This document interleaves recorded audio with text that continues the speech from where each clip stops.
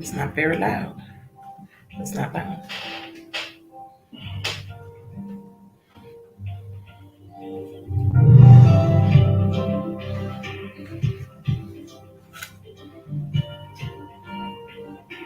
That's fine.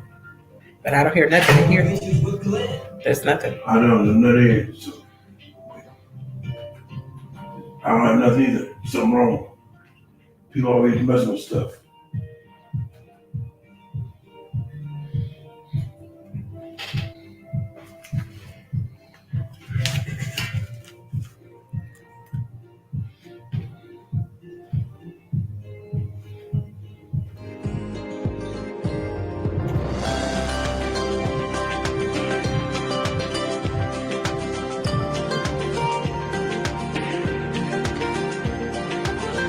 Your picture looks different.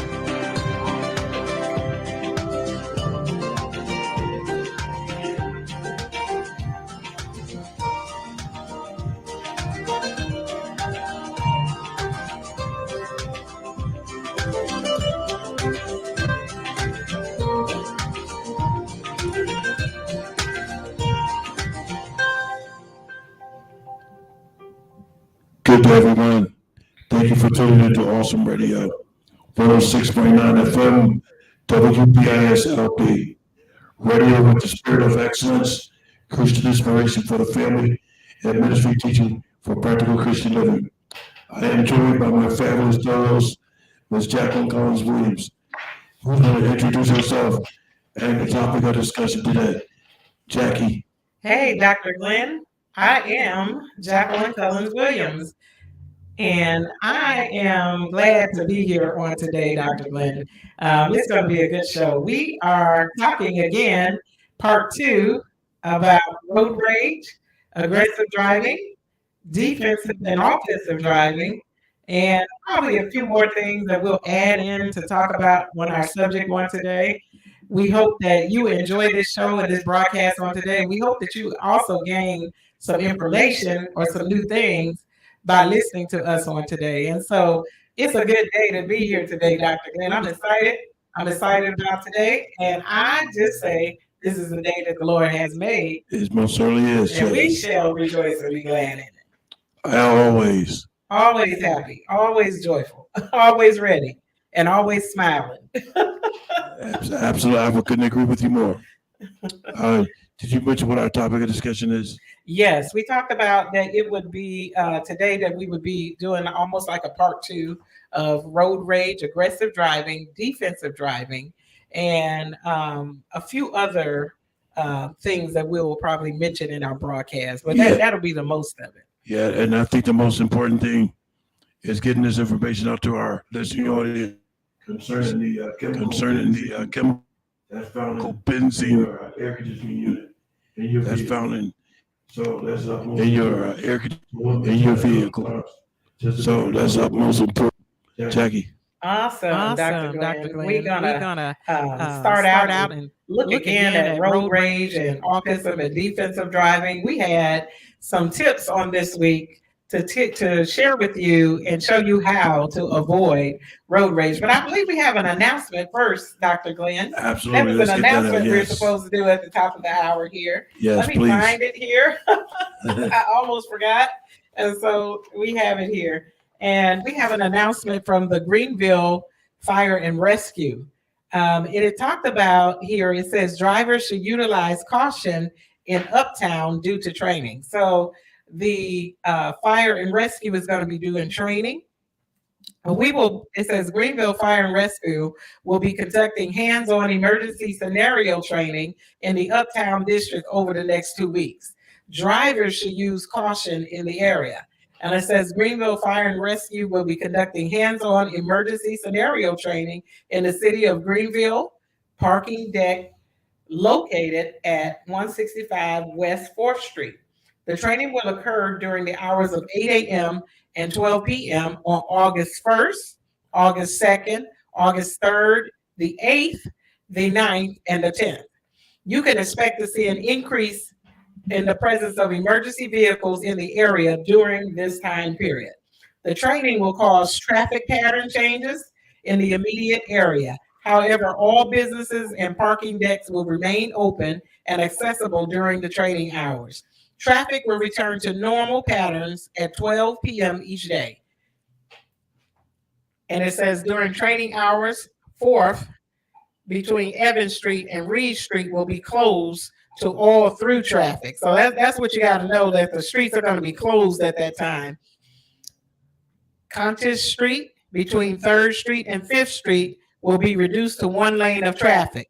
Drivers should utilize caution and remain alert when driving in the area. So we have given out the announcement, so you need to just kind of govern yourself accordingly and be cautious about and be aware also about that those roads will be closed and some of the traffic will be down to one lane. So if you're in a hurry and you got to get there, or you have an appointment in that area or something, you need to give yourself more time to get there.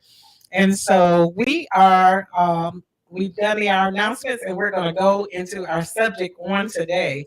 We're looking at road rage. We had a very good show on last week, and we wanted to just continue down this stream, talking about driver and summer driving. And we also did at one point some summer safety tips.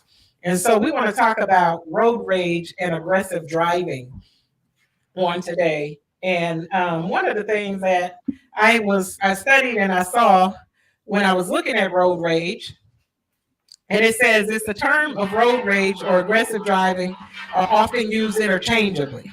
But road rage is usually when it involves two people, but aggressive driving can just involve one person. You could be an aggressive driver and not be involved with anybody except yourself.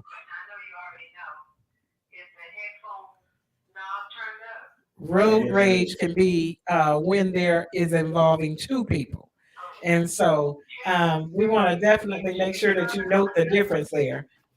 I don't think it's streaming. I think it's somewhere on the console with the headset itself. And so we're trying to get a technical issue in the studio done. So but we are still on. Okay. One moment. Good. Go ahead. Okay. All righty. So we want to talk, and I want to give you some tips in how to avoid road rage. And I wanted to talk to you too about a condition that usually is seen with people that suffer from road rage. And this is a subject that can be done by itself, but it also could definitely a lot of times we see people that struggle with road rage. They are suffering from also a condition called intermittent explosive disorder. And so with intermittent explosive disorder, it's a way where you will become angry and become uncontrollably angry. And a lot of people, they need to check themselves out and see. I mean, just in your regular life, if you get extraordinarily angry to the point where you cannot control yourself. But when it talked about road rage, it spoke of intermittent explosive disorder and symptoms that are caused by intermittent explosive disorder. And road rage is on the list for that. Intermittent explosive disorder involves repeated sudden episodes of impulsive, aggressive, violent behavior or angry verbal outbursts in which you act grossly out of proportion to the situation. And road rage, people that suffer from road rage or that operate or act in road rage are often people that are going off over something that's small, something that's not even, the amount of anger that they feel concerning a thing is not in proportion to the incident. And so they'll end up chasing people down, doing something to cut them off or something dangerous or something they feel like they've been slighted in traffic, or that some minor infraction that has happened out on the road is now worth going after that person and going to get vengeance concerning them. And so intermittent explosive disorder is one of the things that can cause you to have road rage. And, it's something that to think about, because we've all probably dealt with people that seem like they go off, they're angry all the time, or suddenly just something that is small at the drop of a dime. They are way out of proportion to how angry they should be, or something small that should be thrown, just kind of thrown away and let go. And you look, and they are holding that thing, and they are in a rage about something that is small. Intermittent explosive disorder. The eruption often occurs suddenly with little or no warning, usually lasts less than 30 minutes, and these episodes may occur frequently or separated by weeks or months of non-aggression. So the person, they can be having this issue, and they can go for times where they're not angry like that. But then when they have this disorder, they can just break out and suddenly become very, very violent, dangerous, or very, very angry and do something, which I could say I would call the word unseemly. They'll do something that's just off the wall. And so we are here. We're going to look at 4 principles of defensive driving.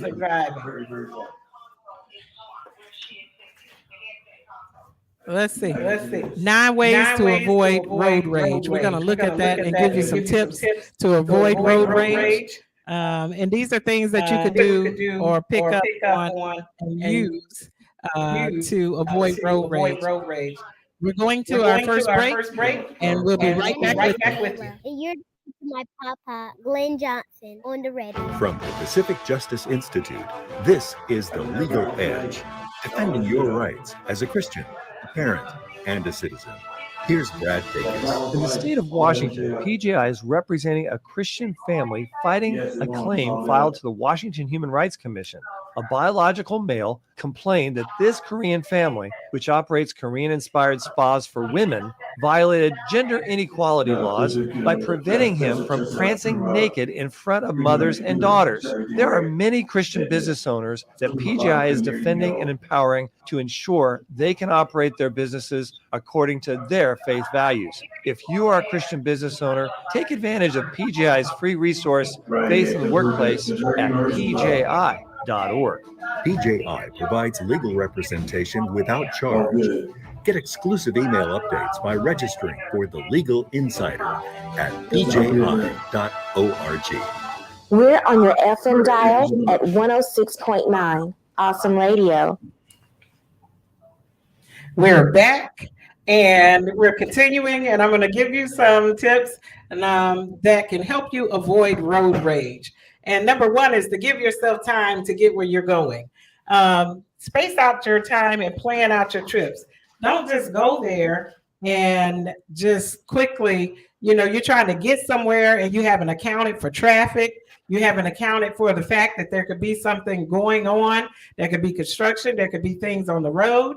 And now you haven't given yourself adequate time to get where you're going. That's one of the things that could help you avoid road rage. And sometimes people are out and they're angry at other people that are out on the road, but that person is not the cause of their issue.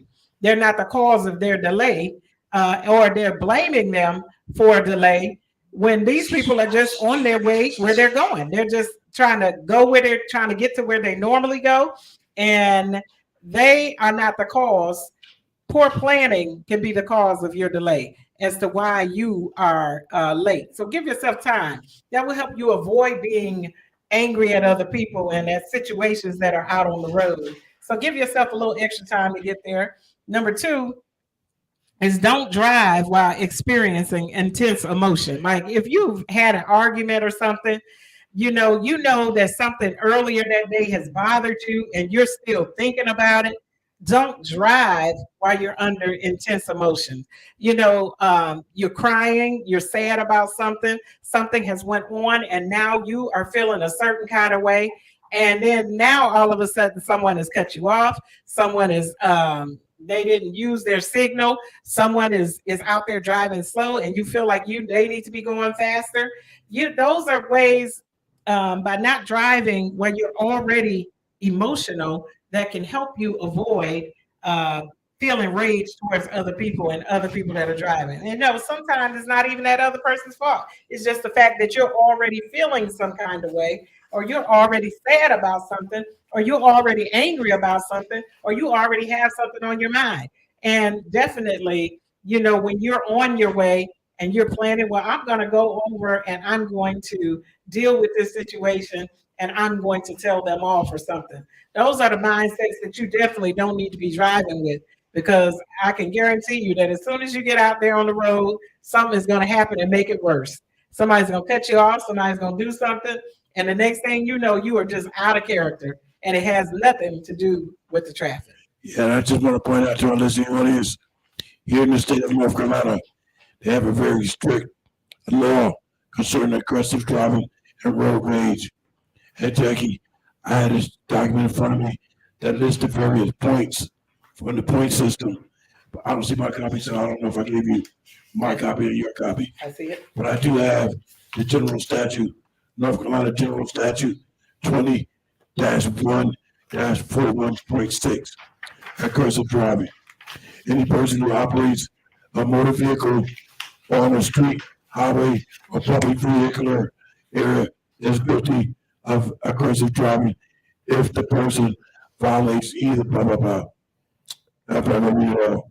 But if Jackie get to the you getting up with some astronomical points, DMV points towards your driving license, as well as points to your insurance carrier. And that's the one you want to avoid at all costs, because the points to your insurance carrier will cause your insurance to escalate dramatically.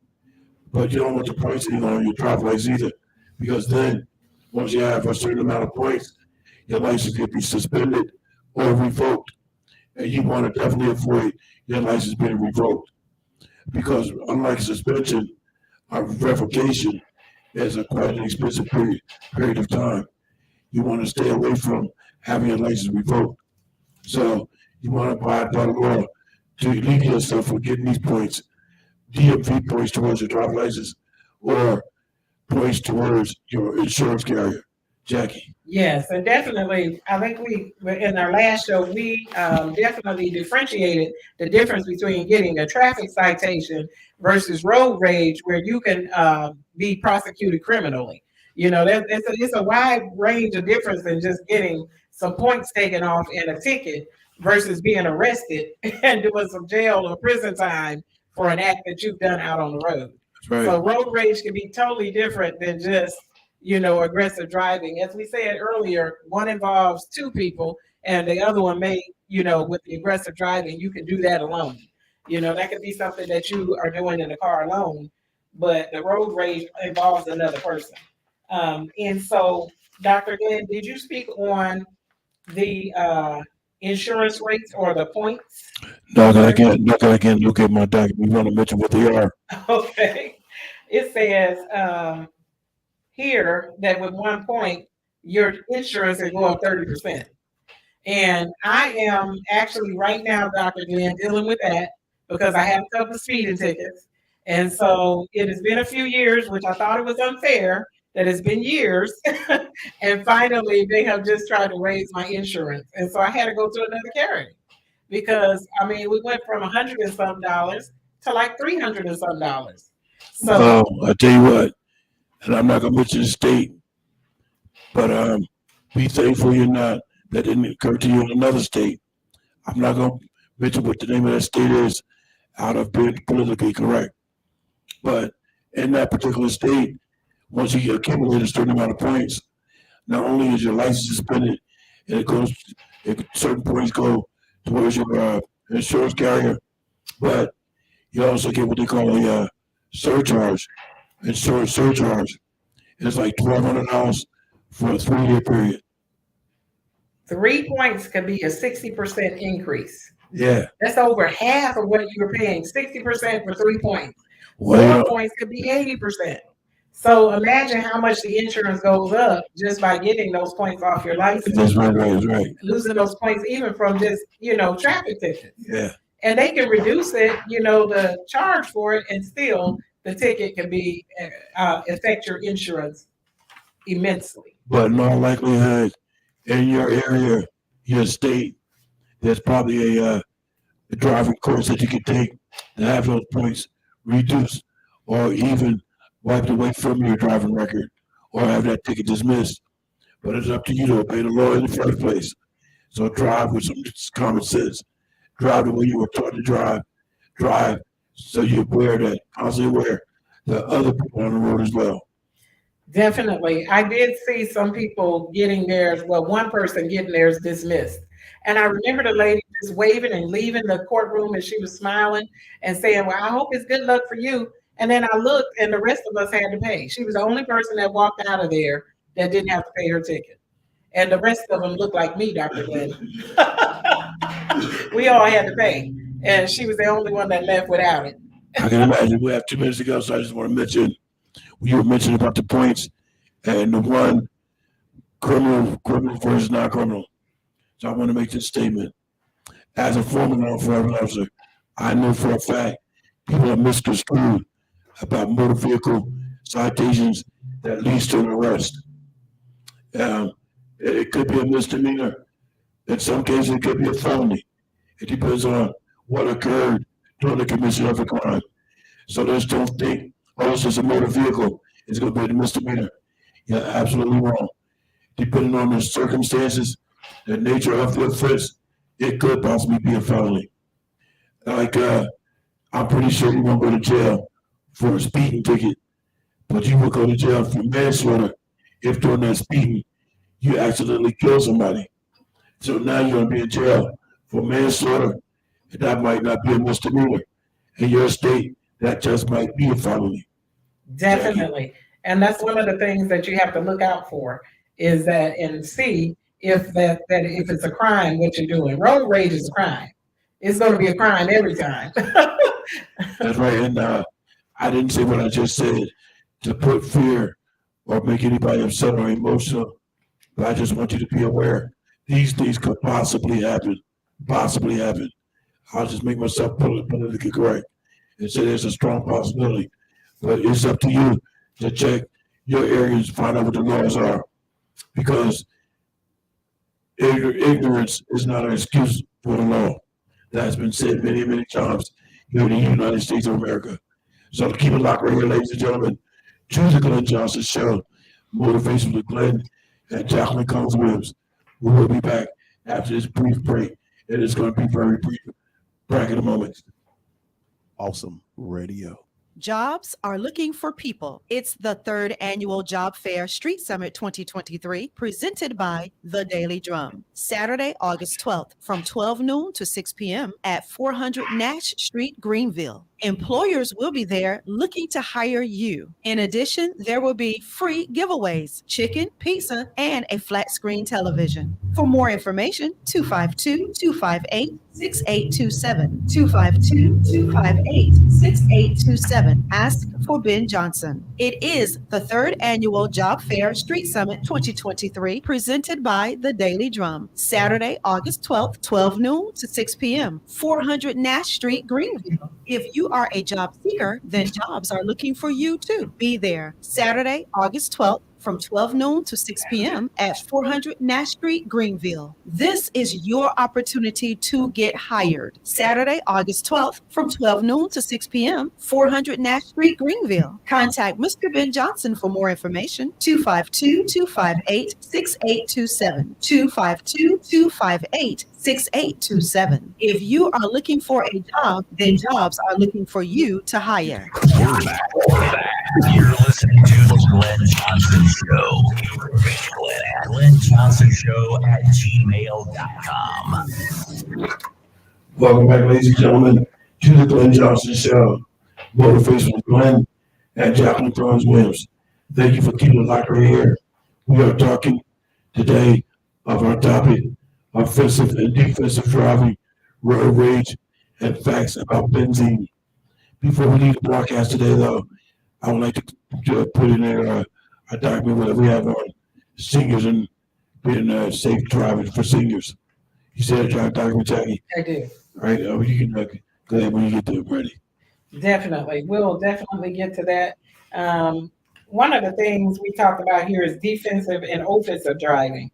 Defensive driving, and the word offensive, you can know by the word offense in there that it's the same thing as aggressive driving. But defensive driving is driving in a way that prevents accidents.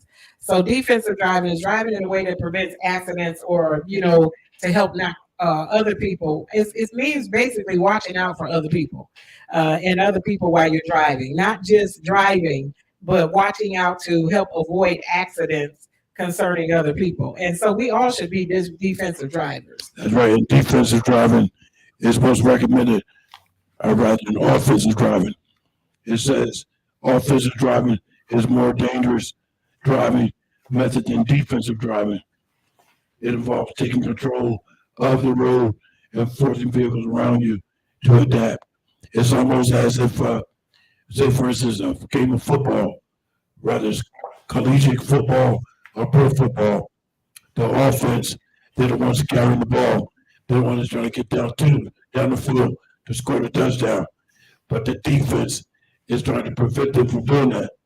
And so if you're driving defensively, you're trying to prevent a motorist from driving the correct way and doing what they have to do to achieve their necessary goal. So that's why they say the safest way to drive is defensively and not offensively. Jackie? Definitely. And one of the tips for driving defensively is to look ahead. While you're driving down the road, look ahead and see what's going on in front of you. Right. A lot of times people, they're paying attention to what's right in front, but they don't look down the road to see what's happening. Maybe the traffic is slowing down, everybody in front of you is hitting brake lights, and you're not even paying attention that the traffic is slowing down and you're still trying to maintain the same speed. So look ahead. That's one of the things that can happen. And also look around, see what's going on.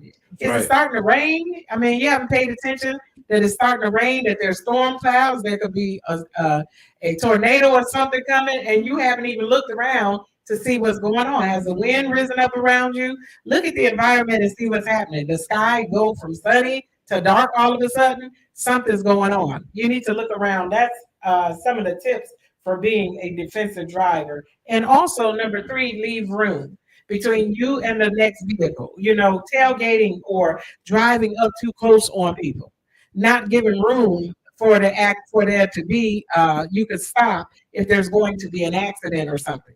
And Jackie just has some very valid points, because looking ahead time is very, very important.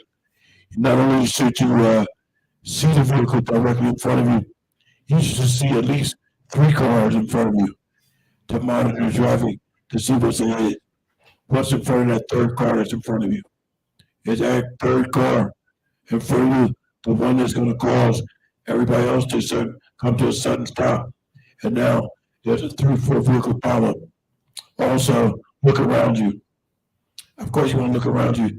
You want to see if the emergency vehicles come your way. Perhaps there's sirens just happen to stop working, but you can see the rig or the fire engine or police vehicle.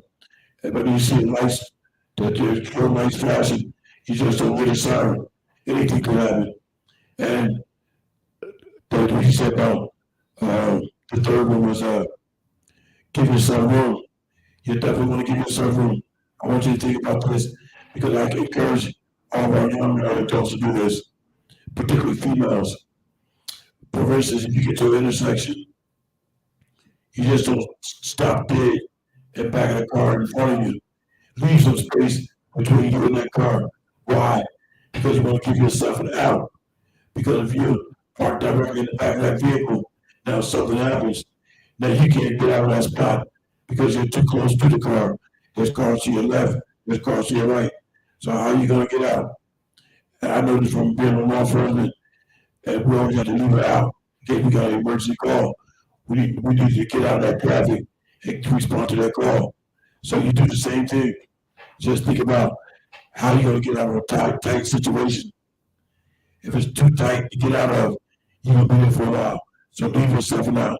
Look ahead time, look around time, and give yourself an out, Jackie. Definitely. And another one is communicate, which means use your signals. Let people know that you're going to turn. Have you ever gotten up there and then somebody has suddenly jammed brakes and turned, and you didn't even know they were going to turn? They didn't use their signal, or they used it right at the last second or while they were turning.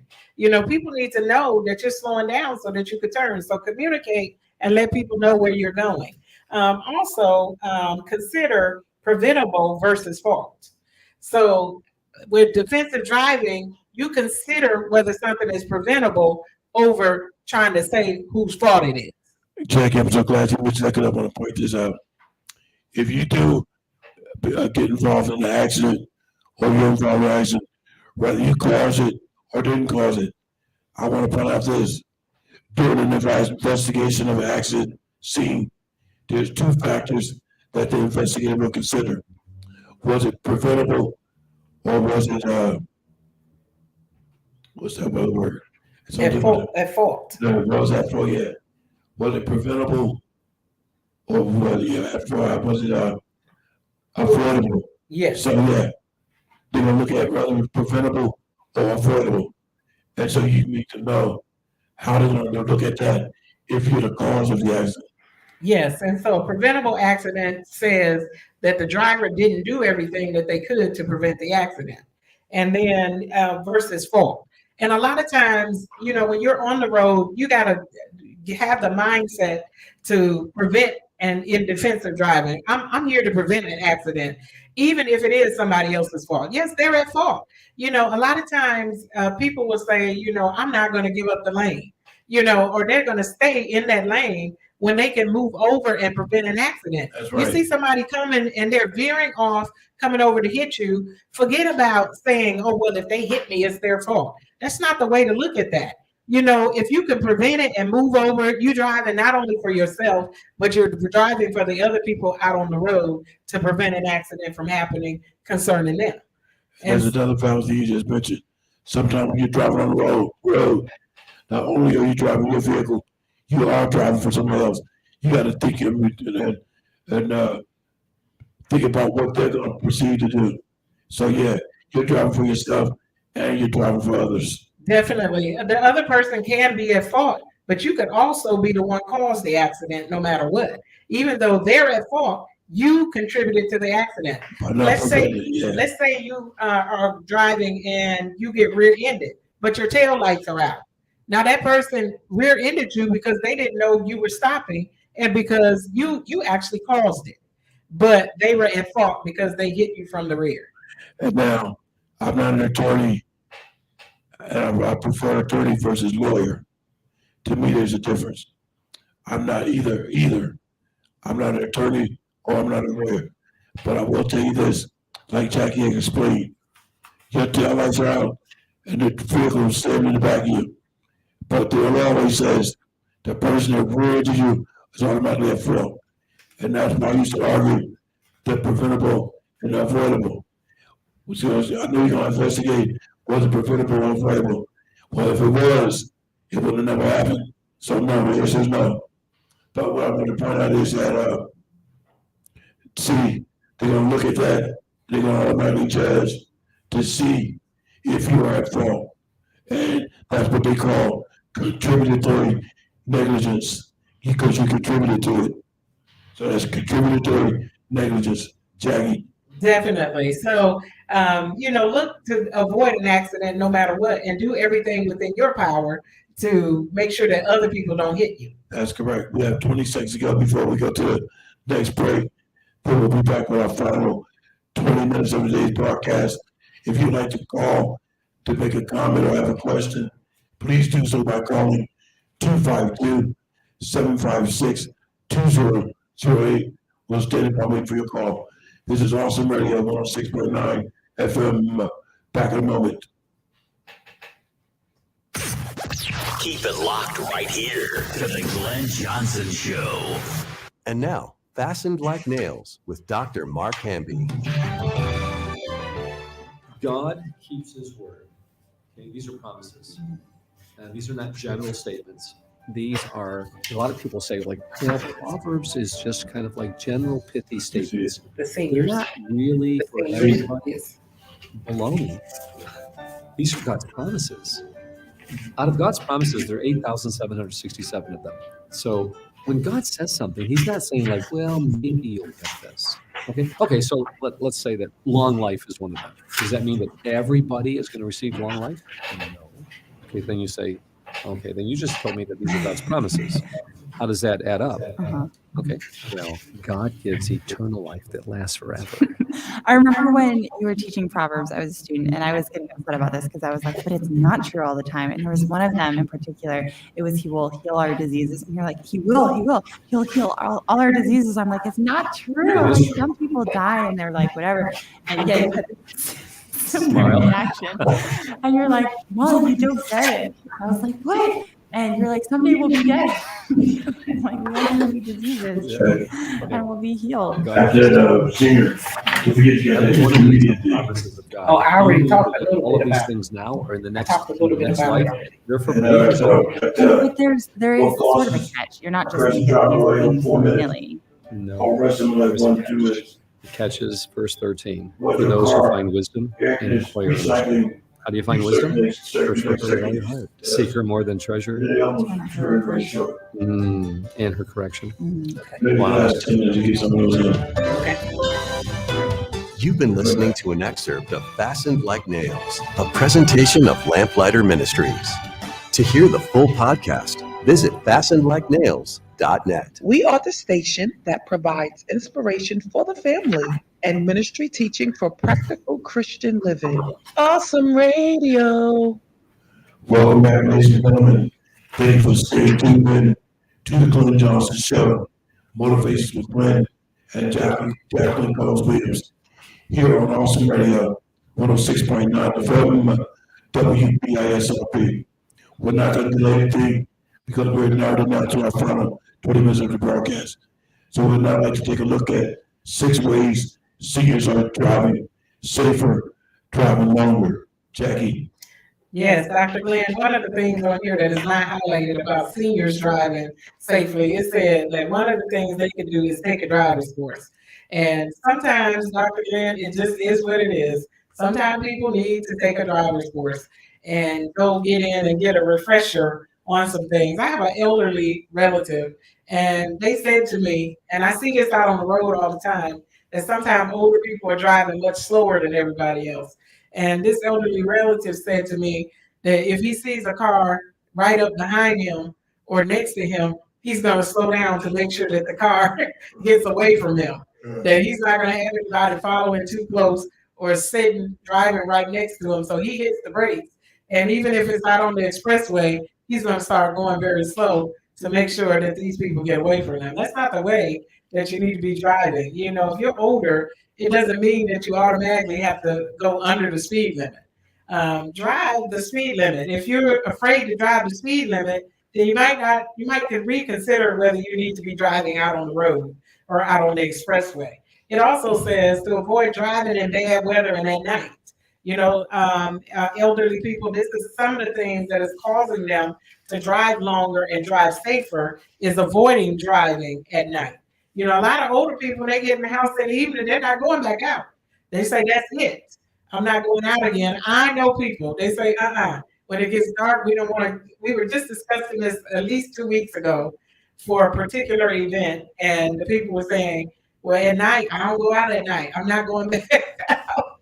And these were not elderly people. These were people in their midlife. Also says medications while driving. To watch the medications that can affect you while you're driving. That's right. That's absolutely correct. To make sure that you're keeping a tab on that. Also doing vehicular upgrades.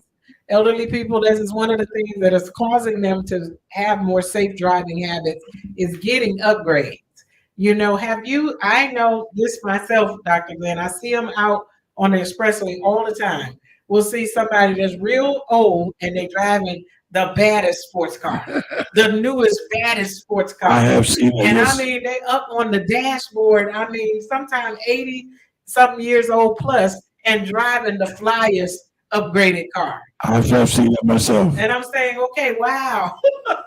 But like you said, I think that one taking a driving course, getting reacquainted with the driving rules and regulations, because can you imagine how many laws, rules, and regulations have changed since you obtained your driving license? And that includes myself and not you too, Jackie.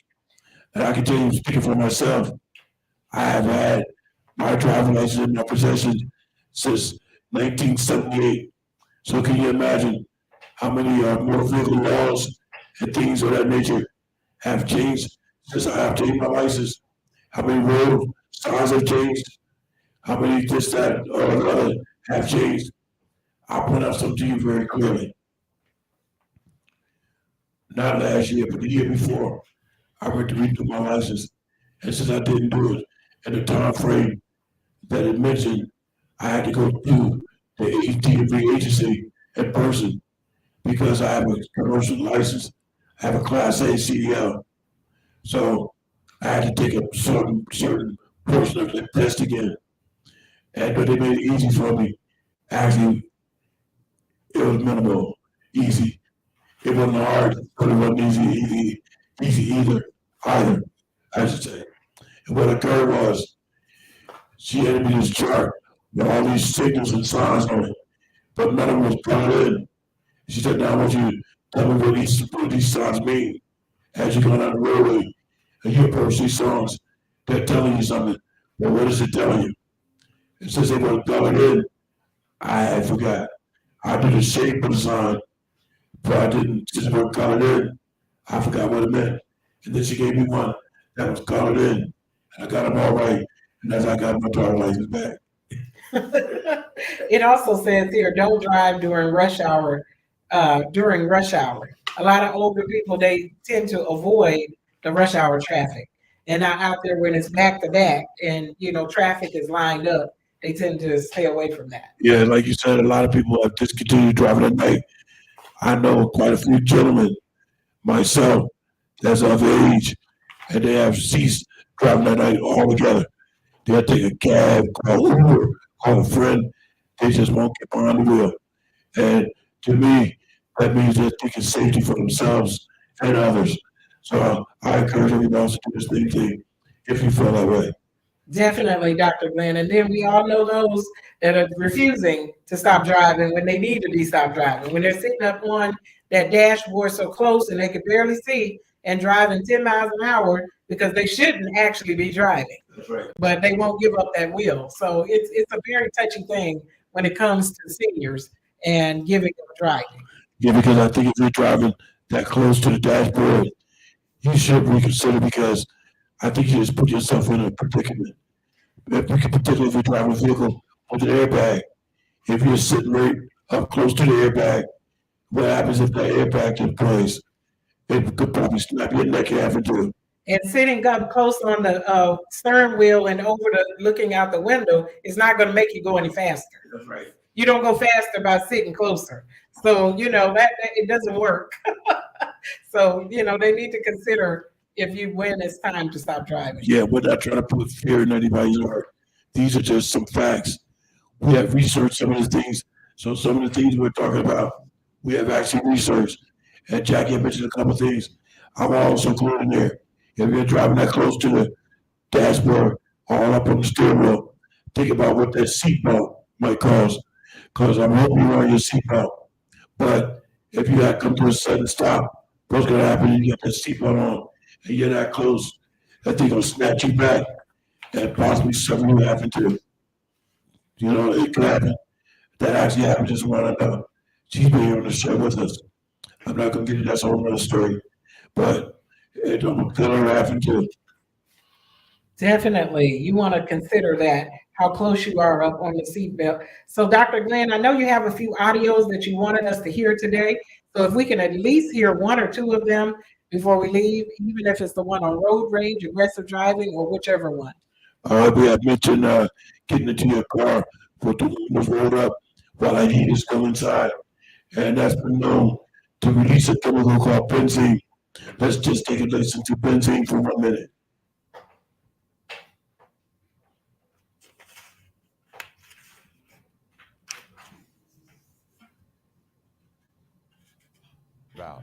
Benzene is found in crude oil and is a major part of gasoline.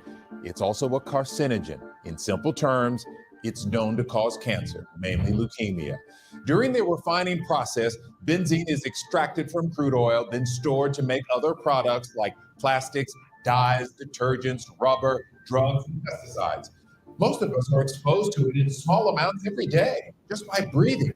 Everything from car fumes in our daily commute to cigarettes, emissions, and even but levels inside your home might even be higher. We're talking about things like glue, paint, furniture wax, and detergents can all have benzene. So what's so alarming about what happened at ITC is the amount that was released. The toxic fumes coming from the chemical storage facility are evaporating at ground level, making those who live closest to the site at greatest risk. Most of us have seen this button on our dash controls inside our car. It has a little picture of your vehicle with a U-turn looking arrow. Usually it's with other air conditioning controls, but do you know what it is for? Because they have detected elevated levels of benzene in the air, a chemical that is colorless and a light yellow liquid. It has a sweet odor, but it is highly flammable. It's actually formed by natural processes such as volcanoes, but it was also made at the plant, and it includes symptoms of drowsiness, dizziness, rapid or regular heartbeat, even unconsciousness when you're exposed to it. If you think you've been exposed, wash all of your clothes immediately, take them off, and get medical care as quickly as possible. All right, ladies and gentlemen, we're about to go out to the next break. 106.9 FM, Awesome Radio. Back in a moment, ladies and gentlemen. When I was little, I didn't talk for a long time. I was sensitive to lights and sounds, so I felt secret hiding places where they couldn't get in. Sometimes I did the same things over and over, until one day I found out I had autism. My family got me help. Slowly, I learned how to live with it better. Early intervention can make a lifetime of difference. Learn the signs at autismspeaks.org/signs. Brought to you by Autism Speaks and the Ad Council. My name is Jayla, and you're to see to my papa, Glenn Johnson, on the radio. Welcome back, ladies and gentlemen. Thank you for keeping tuning in to Awesome Radio 106.9 FM, WPISLP. You are still tuned into the Glenn Johnson Show, Motivations with Glenn and Jacqueline Williams. We have reached our final 10 minutes of today's podcast, so I'm not going to delay anything. I know Jackie wants to have some more information. Jackie. Yeah, we just want to talk about building positive driving habits. And so while you're out on the road, critique yourself. You're the best critique for your driving. But a lot of people never examine their driving habits, Dr. Glenn. They just get in the car and drive, and they think just because you had your license, all these years or whatever, that you're a good driver. You might need to examine yourself and find out. You might find out that you're not a good driver. What are other people saying about you when they're in the vehicle with you? Not that they're always accurate, but if everybody says that you're an awful driver, you might need to check and see, what you need to do to build better driving habits. Look at yourself and say, okay, what am I doing that I can do better here? Do I cut people off? Do I speed too much? I mean, are people afraid to drive in the car with you? Do you turn the curve? And I say sometimes it seems like the wheels are coming up off the ground because you're turning it so hard, or you're throwing people around, and you're that aggressive braker that hit the brakes so hard until you got everybody throwing forward all the time because you're just riding those brakes like I don't know what, and it doesn't need to be that serious. There's some people that are throwing brakes at the drop of a hat, and there's nothing, even no traffic or anything in front of them, and they're just hitting those brakes, riding those brakes like that. Yeah, and the flip side of that is just the opposite. For instance, we had a family gathering. This was just a couple years ago. And so when it was time to depart to one of our relatives' property, they had me following one of our family members. But I couldn't follow him because it's weird in North Carolina. These roads, there's nothing but trees. It's dark.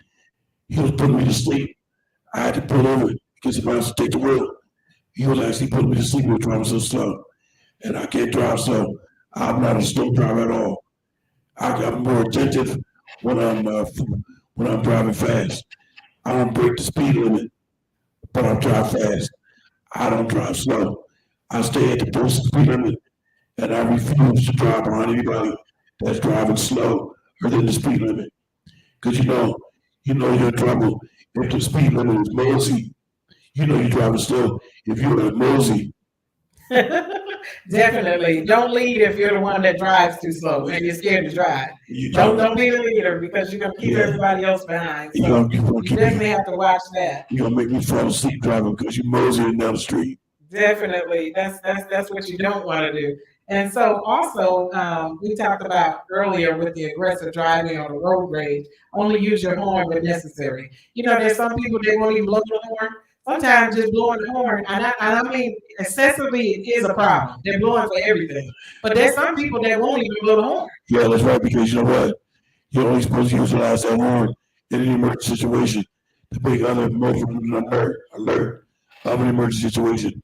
For instance, truckers. You know, how people who stand on the sidewalk and do that arm gesture for the trucker to hit the air horn. Mm-hmm. They had to stop doing that because truckers now know it is illegal to activate that air horn if it's not an emergency. They know now to activate that air horn is only in the case of emergency. We grew up doing that, Dr. Glenn, having the truck drivers to blow the horn. But I can remember Dr. Glenn sitting in the car and saying to an individual, "What, you just gonna sit here and let them kill us? You're not even gonna blow the horn." I remember even one time reaching over and blowing the horn myself from the passenger seat. Because what, you just gonna sit here and let them run into us? At least blow the horn, let them know they're about to kill us. But see, that's what I mean. That's what I mean. A lot of things have changed since some of these people obtained their driver's license. These are known facts that they should know that things have changed. Like you just made a perfect example about activating or blowing the horn. Do not blow that horn unless it's an emergency. You're making other motorists, possibly pedestrians, aware. Hey, get out of the way. There's an emergency. Runaway car, runaway truck, whatever the case may be. Once you lay into that horn, you're alerting people. Jackie. Definitely. We've all been sitting at some point and looked and said, heard a horn and said, are they blowing at me? I know they're not blowing at me. And we've all done that. We've all looked at who they blowing at? Yeah, because some people take offense to somebody blowing a horn at them. Or they're just blowing for no reason. And we can't even figure out what they're blowing for because we've not done anything. Or they feel like we're not leaving the light fast enough. And so, 1 second, they're already on the horn blowing at us. Even passing somebody's residence, or you see them standing in front of their residence, you're passing through your car, and you just honk your horn to say hello. That is illegal also.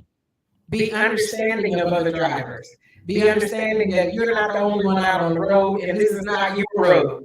This is the road for everybody. One last thing I want to mention, actually, too, but one thing I want to mention, make this clear. If you're one of those drivers that have a lot of things hanging from your rearview mirror, you know that is illegal. Nothing's supposed to be obscuring your vision, your sight. You're not supposed to have anything hanging from your rearview mirror. And what I notice a lot of people doing is they're handicapped placard. They just refuse. They take it down once they depart the handicapped parking spot. They want to run around the thing hanging from their rearview mirror all day. Just ride down the street normally. Just take it down. It won't take you a second to put it back. So why leave it attached to your rearview mirror while you're driving, which is illegal?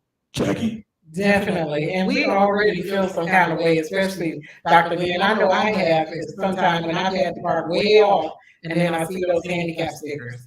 I've had relatives and I said, you need to go get your sticker so we can park close. I know it's bad to say, Dr. Glenn, but it's the truth. Especially when it's hot out there, no one wants to walk a long way. Well, in a lot of jurisdictions, and I think sometime here in this area, they have officers out looking at stuff like that to see if you're actually handicapped or not. So keep that in mind. Oh, yeah, but if I'm driving now, we can use that sticker. Not if you're handicapped. Definitely. And so, if more people. Or handicapped or disabled. And what's the difference? I don't know, Dr. Glenn. We'll have to look that up. We're going to come back with an exact answer for that. They're both the same to me. Handicapped and disabled are the same thing. Yeah, that to me they are too, but there's actually a difference. And here in North Carolina, if you look at the various place, one might say disabled and one might say handicapped. Wow. Okay, I'm gonna have to pay attention. One might be blue, one might be red. I know for the fact the red one is like a temporary disability. That's why you issue the red one. Well, I'm gonna definitely pay attention to that, and I'm gonna seek out an answer for that too, because I need to know. That's why you need to know things you should know. Remove yourself from any situation where it gets to be aggressive or it looks like things are going bad concerning driving. Just keep it going. Don't stop. Just keep going. If people are being rude out on the road and different things, ignore them and keep going. Unless they're pursuing you, then call for help. Yeah, ladies and gentlemen, we'll be back next week. We should have a special guest in our station along with us. That will be Miss Ellen Ralston. We will conclude the topic on our car. She has a lot of information, a wealth of knowledge to bring forth. So we cordially invite her to be on the Glenn Johnson Show next week, which will conclude our car and vehicle safety. So I'm going to give a remainder of this time, which is 1 minute, to my co-host, Ms. Jacqueline Williams, who will take us out for today. Definitely. It's been a great show on today. I hope you have learned some things out there and that we share some things that are informative for you. We all just want to encourage you to drive safely. And we also pray for you and cover you out on the road with our prayers. We hope that we see you again on next week. We're looking forward to our topic. This is Jacqueline Williams, and we are glad to be here. We'll be glad to be here next week. Dr. Glenn? I want to thank everybody for tuning in. I hope we have enlightened the spirit of your mind with our information. Should you desire any of the documents that we have in front of us, particularly the one for North Carolina point system, please email me or you can just Google it. If you email me, I would be more than happy to forward it to you. My email address, Glenn, Glenn, Johnson, show@gmail.com. I would just want to say finally, blessings to everyone. Have a great day. May the Lord take a liking to you. Thank you for tuning in. Bye-bye.